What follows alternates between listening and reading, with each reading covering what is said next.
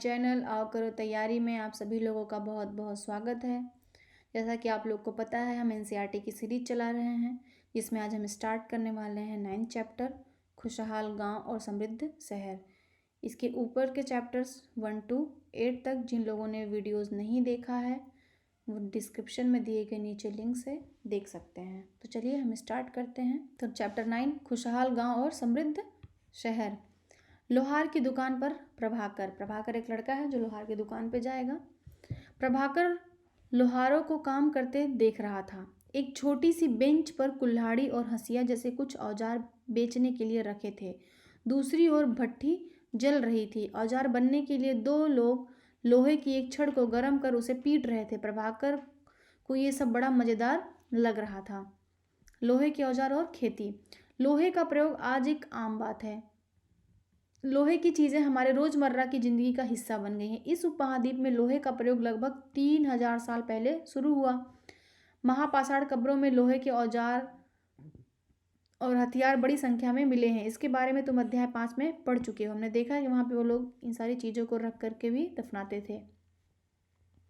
करीब 2500 वर्ष पहले लोहे के औजारों के बढ़ते उपयोग का प्रमाण मिलता है। इनमें जंगलों को साफ करने के लिए कुल्हाड़ियों और जुताई के लिए हलों के फाल शामिल हैं। अध्याय 6 में तुमने पढ़ा कि लोहे के फाल के इस्तेमाल से कृषि का उत्पादन बढ़ा। कृषि उत्पादन बढ़ाने के लिए उठाए गए अन्य कदम क्या था? सिंचाई। कृषि का उत्पादन एक तो लोहे के फाल से बढ़ा, दूसरी चीज़ यहाँ पे किससे बढ़ रहा है? सिंचाई से। समृद्ध गांवों के बिना राजाओं तथा उनके राज्यों का बने रहना मुश्किल था। जिस तरह कृषि के विकास में नए औजार तथा रोपाई, जो हमने अध्याय 6 में देखा, महत्वपूर्ण कदम थे, उसी तरह सिंचाई भी काफ़ी उपयोगी साबित हुआ।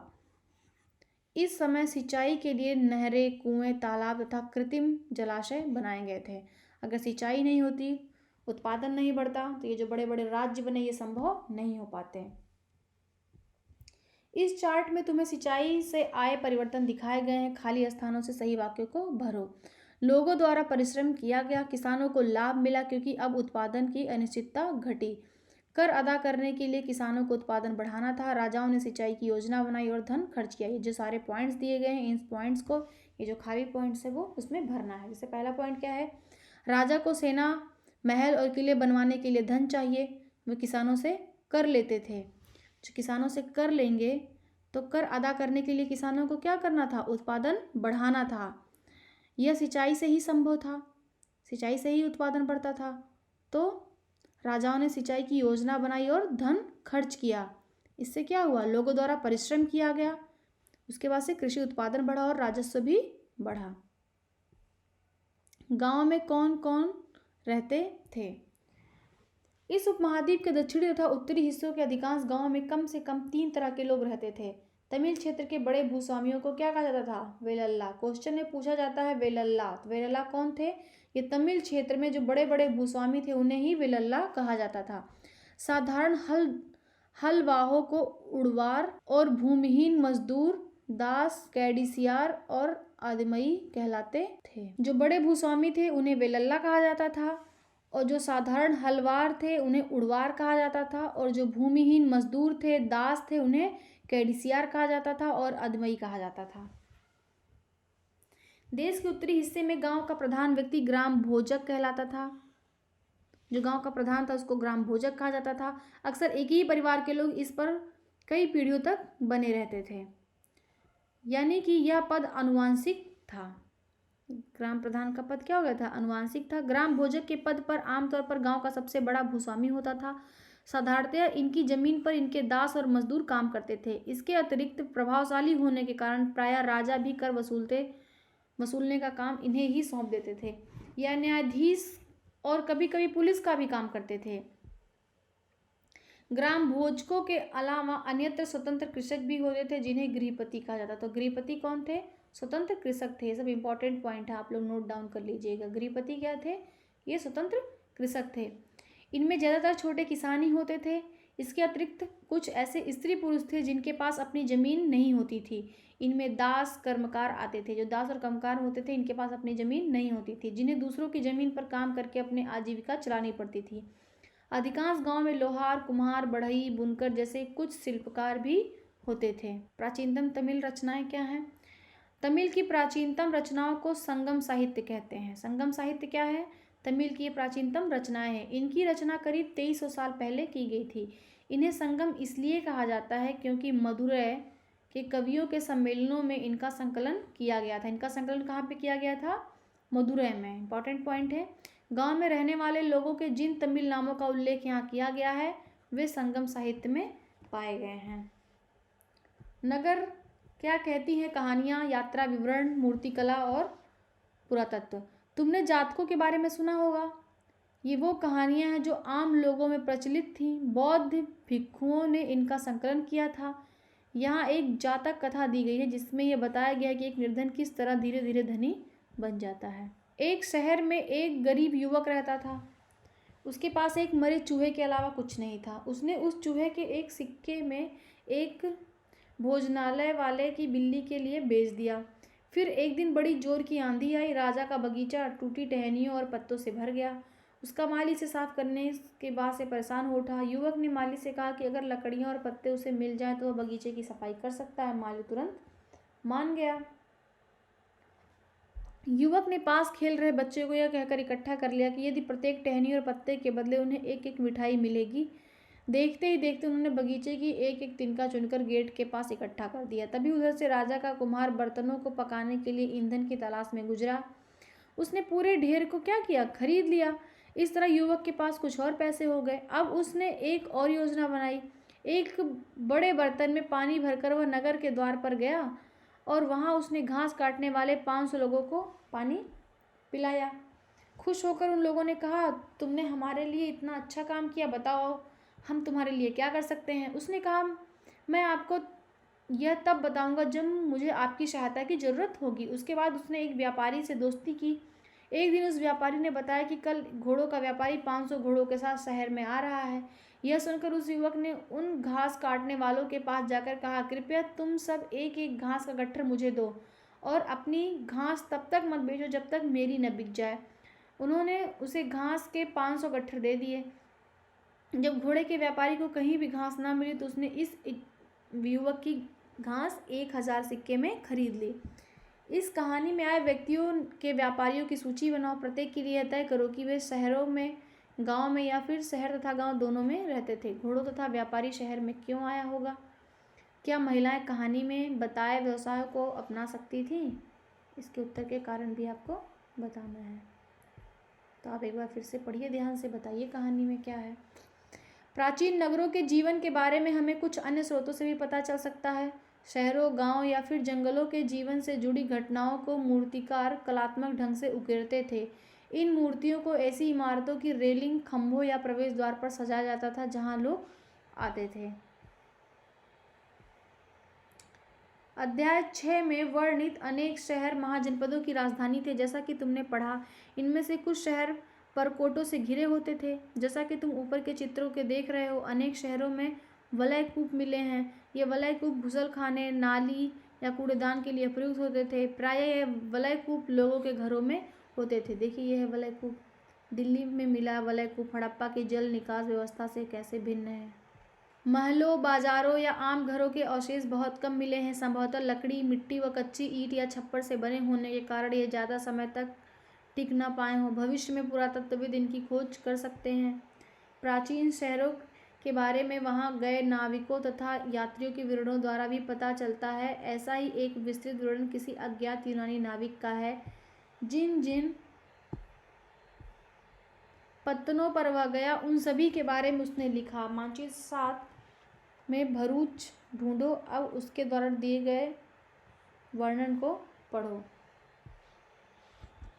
बेरीगाजा, भरूच का यूनानी नाम की कहानी। बेरीगाजा की संकरी खाड़ी में समुद्र से आने वाले के लिए नाव चला पाना मुश्किल होता है। राजा के द्वारा नियुक्त कुशल और अनुभवी स्थानीय मछुआरे ही यहाँ जहाज चला सकते थे। बेरीगाजा में शराब, तांबा, टिन, सीसा, मूंगा, पुखराज, कपड़े, सोने, चांदी के सिक्के का आयात होता था। हिमालय की जड़ी बूटियाँ, हाथीदांत, गोमेद, कार्निलियन, सूती कपड़ा, रेशम तथा इत्र यहाँ से निर्यात किए जाते थे। तो आयात क्या करते थे? देखा आप लोगों ने, शराब, तांबा, टिन, सीसा, मूंगा, पुखराज, कपड़े, सोने चांदी के सिक्के सब आयात करते थे। और हम लोग क्या भेजते थे यहाँ से? जड़ी बूटियाँ भेजते थे, हाथी दाँत भेजते थे, गोमेद, कार्नेलियन, सूती कपड़ा, रेशम इत्र यहाँ से निर्यात करते थे। राजा के लिए एक व्यापारी विशेष उपहार लाते थे। इनमें चांदी के बर्तन, गायक, उपहार में क्या होता था? चांदी के बर्तन, गायक, किशोर, सुंदर औरतें, अच्छी शराब तथा उत्कृष्ट महीन कपड़े शामिल थे। बेरी गाजर से आयात और निर्यात होने वाली चीज़ों की सूची बना लीजिए। 2 ऐसी चीज़ें बताओ जिनका उपयोग हड़प्पा युग में नहीं होता था। सोच करके बताइए। सिक्के। तुमने देखा कि किस तरह सिक्के के आधार पर संपत्ति का मूल्यांकन किया गया। पुरातत्वविदों ने इस युग के हजारों सिक्के मिले हैं। सबसे पुराने सिक्के कौन से सिक्के थे? आहा सिक्के, जो करीब 500 साल चले। इनका चित्र नीचे दिया गया है। चांदी या सोने के सिक्कों पर विभिन्न आकृतियों को आहत कर बनाए जाने के कारण इन्हें ही आहा सिक्का कहा जाता था। देखिए यहाँ सिक्कों के चित्र दिए गए हैं, यहाँ पे यहाँ सिक्के हैं।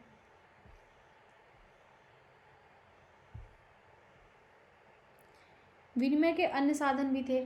संगम साहित्य की एक छोटी सी कविता को पढ़ो। खेतों के सफ़ेद धान गाड़ियों पर लादे जा रहे हैं, नमक के लिए लंबे लंबे रास्ते चांदनी सी सफ़ेद रेत पर परिवार को समेटे कहीं पीछे छूट न जाएं। शहरों के नमक के सौदागर के यूं चले जाने से सिर्फ सन्नाटा रह जाता है। समुद्र के किनारे नमक का बहुत ज़्यादा उत्पादन होता था। व्यापारी किस चीज़ से इनका विनियमन करते थे? देखिए, सफ़ेद खेतों के सफ़ेद सफ़ेद धान की गाड़ियों से। नगर अनेक गतिविधियों के केंद्र।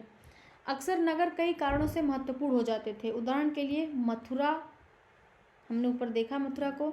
यह 2500 साल से भी ज़्यादा समय में एक महत्वपूर्ण नगर रहा है, क्योंकि यह यातायात और व्यापार को 2 मुख्य रास्तों पर स्थित था। इनमें से एक रास्ता उत्तर पश्चिम से पूरब की ओर था, दूसरा उत्तर से दक्षिण की ओर था।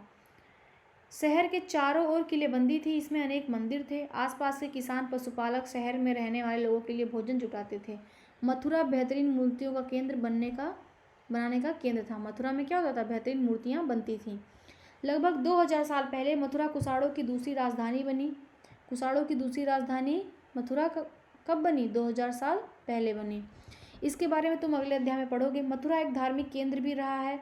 यहाँ बौद्ध विहार और जैन मंदिर हैं। यह कृष्ण की भक्ति का एक महत्वपूर्ण केंद्र था। मथुरा में प्रस्तर खंडों तथा मूर्तियों पर अनेक अभिलेख मिले हैं। आमतौर पर ये संक्षिप्त अभिलेख हैं जो स्त्रियों तथा पुरुषों द्वारा मठों या मंदिरों को दिए जाने वाले दान का उल्लेख करते हैं। प्रायः शहर के राजा, रानी, अधिकारी, व्यापारी तथा शिल्पकार इस प्रकार के दान करते थे। उदाहरण के लिए मथुरा के अभिलेख में सुनारों, लोहारों, बुनकरों, टोकरी बुनने वालों, माला बनाने वालों, इत्र बनाने वालों का भी उल्लेख मिलता है। मथुरा के लोगों के व्यापारियों की एक सूची बनाओ। एक ऐसे व्यवसाय का नाम बताओ जो हड़प्पा में नहीं था। देखिए यहाँ पे जो व्यवसाय दिए गए हैं, सुनार, लोहार, तो कॉमन सी बात है, ये नहीं रहे होंगे। शिल्पकार तथा शिल्प। पुरास्थलों से शिल्पों के नमूने मिलते हैं। इनमें मिट्टी के बहुत ही पतले और सुंदर बर्तन मिले हैं, जिन्हें उत्तरी काले चमकीले पात्र कहा जाता है, क्योंकि ये ज़्यादातर उपमहाद्वीप के उत्तरी भाग में मिले हैं तथा ये प्रायः काले रंग के होते हैं और इनमें खास चमक होती है। ध्यान रहे कि अन्य दूसरे शिल्पों के अवशेष नहीं बचे होंगे। जैसे कि विभिन्न ग्रंथों से हमें पता चलता है कि कपड़ों का उत्पादन बहुत महत्वपूर्ण था। उत्तर में वाराणसी और दक्षिण में मदुरै इसके प्रसिद्ध केंद्र थे। कहाँ पे? उत्तर में वाराणसी और दक्षिण में मदुरै। यहाँ स्त्री पुरुष दोनों काम करते थे। अनेक शिल्पकार तथा व्यापारी अपने अपने संघ बनाने लगे थे, जिन्हें श्रेणी कहते थे। श्रेणी क्या था? क्वेश्चन पूछा जाता है। श्रेणी इंपॉर्टेंट पॉइंट है। शिल्पकार तथा व्यापारियों का संघ था श्रेणी। शिल्पकारों की श्रेणियों का काम प्रशिक्षण देना, कच्चा माल उपलब्ध कराना, तैयार माल का वितरण करना था, जबकि व्यापारियों की श्रेणियों का व्यापार का संचालन करती थी। श्रेणियाँ बैंकों के रूप में भी काम करती थी। इंपॉर्टेंट पॉइंट है, जो श्रेणियाँ थी बैंकों के रूप में भी काम करती थी, जहाँ लोग पैसा जमा करते थे। इस धन का निवेश लाभ के लिए किया जाता था। उनसे मिले लाभ का कुछ हिस्सा जमा करने वालों को लौटा दिया जाता था या फिर मठ आदि धार्मिक संस्थानों को दिया जाता था। सूत काटने और बुनने के नियम देखते हैं। ये नियम अर्थशास्त्र के हैं। अध्याय 8 में अर्थशास्त्र का उल्लेख किया गया है। अर्थशास्त्र किसने लिखा है? चाणक्य ने लिखा है। इसमें वर्णन किया गया है कि किस प्रकार एक विशेष पदाधिकारी की देखरेख में कारखानों में सूत की कताई और बुनाई की जाती थी। ऊन, पेड़ों की छाल, कपास, पटुआ, सन को तैयार करने के लिए काम में विधवाओं, सक्षम असक्षम महिलाओं, भिक्षुणियों, वृद्ध वेश्याओं, राजा की अवकाश प्राप्त दासियों, सेविकाओं, अवकाश प्राप्त देवदासियों को लगाया जा सकता है। इन्हें इनके काम और गुणवत्ता के अनुसार पारिश्रमिक देना चाहिए। जिन महिलाओं को बाहर निकालने की अनुमति नहीं है वे अपनी दासियों को जिन महिलाओं को बाहर निकलने की अनुमति नहीं है वे अपनी दासियों को भेजकर कच्चे मालों को मंगवा सकती हैं और फिर तैयार माल उन्हें भिजवा सकती हैं। वे औरतें जो कारखानों तक जा सकती हैं उन्हें अपना माल कारखानों तक तड़के ले जाना पड़ता था, जहां उनके पारिश्रमिक मिलता था। इस समय माल को अच्छी तरह जांचने के लिए रोशनी रहती है। अगर निरीक्षक उस औरत की तरफ देखता है या इधर उधर की बातें करता है तो उसे सजा मिलनी चाहिए। अगर औरत ने अपना पूरा काम नहीं किया है तो उसे जुर्माना देना होगा। इसके लिए उसका अंगूठा भी काटा जा सकता था। कितनी कड़ी सजा थी। उन महिलाओं की सूची बनाओ जिन्हें निरीक्षक नियुक्त कर सकता था। क्या काम करने के दौरान महिलाओं को मुश्किलें झेलनी पड़ती थी, मुश्किलें आप देख ही रहे हैं। और उन महिलाओं की सूची बनाई है जिन्हें निरीक्षक नियुक्त करता था। जैसे हमने ऊपर पढ़ा, किसको किसको कर सकता था। जो भी विधवाएं थीं, सक्षम असक्षम महिलाएं थीं, भिक्षुणियों थी, वृद्ध वेश्याओं थी, अवकाश प्राप्त दासियां थीं, सेविकाएं थीं, इन सबको कर सकता था। चलिए अरिकामेडु का सुस्मृतिक्षण करते हैं। अरिकामेडु ये कहाँ पे है? पुद्दुचेरी में है। लगभग 2200 से 1900 साल पहले अरिकामेडु एक पत्तन था, बंदरगाह था। यहाँ दूर दूर से आए जहाज़ों से सामान उतारे जाते थे। यहाँ ईंटों से बना एक ढांचा मिला है जो संभवतः गोदाम रहा हो। यहाँ भूमध्य सागरीय क्षेत्र के एम्फोरा जैसे पात्र मिले हैं। कैसे पात्र मिले? एम्फोरा। इसमें शराब या तेल जैसे तरल पदार्थ रखे जा सकते हैं। इनमें दोनों तरफ पकड़ने के लिए हत्थे भी लगे हैं। साथ ही यहाँ एरेटाइन जैसे मुहर लगे हैं। एम्फोरा पात्र आप लोग देखे होंगे। अलाउद्दीन, जो पद्मावत मूवी आई उसमें अलाउद्दीन इसी में मदिरा पान करता है। साथ ही यहाँ एरेटाइन जैसे मुहर लगे लाल चमकदार बर्तन भी मिले हैं। इन्हें इटली के एक शहर के नाम पर एरेटाइन पात्र के नाम से जाना जाता है। इसे मुहर लगे सांचे पर गीली चिकनी मिट्टी को दबाकर बनाया जाता था। कुछ ऐसे बर्तन भी मिले हैं जिनका डिजाइन तो रोम का था, किंतु वे यहीं बनाए जाते थे। यहाँ रोमन लैंप, शीशे के बर्तन तथा रत्न भी मिले हैं। साथ ही छोटे छोटे कुंड मिले हैं जो संभवतः कपड़े की रंगाई के पात्र रहे होंगे। यहाँ पर शीशे और अर्ध बहुमूल्य पत्थरों के मनके बनाने के पर्याप्त साक्ष्य मिले हैं।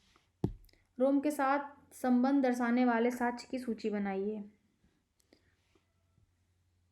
देखिए ये हमारे अभिलेख हैं।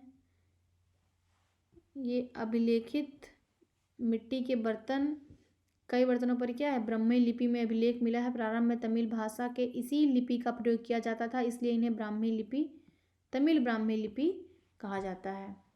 अन्यत्र देख लेते हैं। मानचित्र 6, रोम को ढूंढना है। यह यूरोप के सबसे पुराने शहरों में एक है। इसका विकास लगभग तभी हुआ जब गंगा के मैदान के शहर बस रहे थे। रोम एक बहुत बड़े साम्राज्य की राजधानी था। यह यूरोप, उत्तर अफ्रीका, पश्चिम एशिया तक फैला साम्राज्य था। इसके सबसे महत्वपूर्ण शासकों में एक ऑगस्टस ने करीब 2000 साल पहले शासन किया था। उसने कहा कि रोम ईंटों का शहर था जिसे मैंने संगमरमर का बनवाया। उसका स्टेटमेंट है, जो राजा ऑगस्टस है उन्होंने कहा कि जो रोम है वो ईंटों का शहर था जिसे मैंने संगमरमर का बनवाया।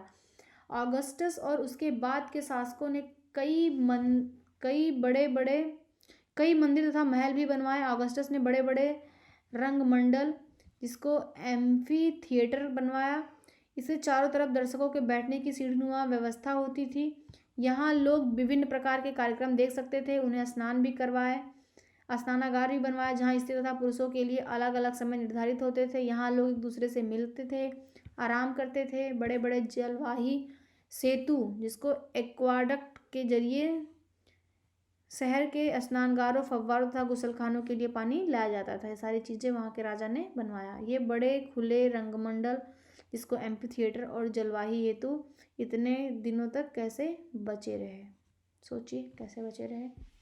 कल्पना करिए तुम बेरीगाजा में रहती हो और पत्तन देखने निकले हो, तुमको क्या क्या देखने को मिलेगा?